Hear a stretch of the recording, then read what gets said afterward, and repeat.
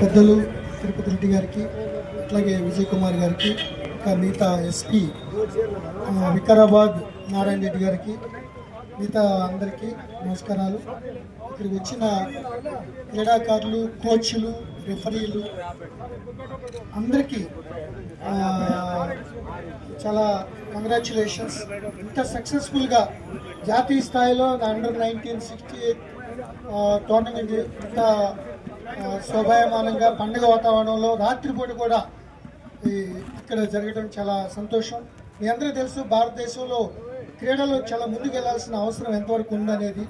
ఒలింపిక్స్లో కానీ, ఏషియన్ గేమ్స్లో కానీ, దీంట్లో కూడా చాలా కింద నుంచి ఇటువంటి ఏరియాస్ నుంచి వెళ్తేనే ఆ పై లెవెల్లో, నేషనల్ లెవెల్లో, ఇంటర్నేషనల్ లెవెల్లో పోటీతత్వం ఏర్పడుతుంది.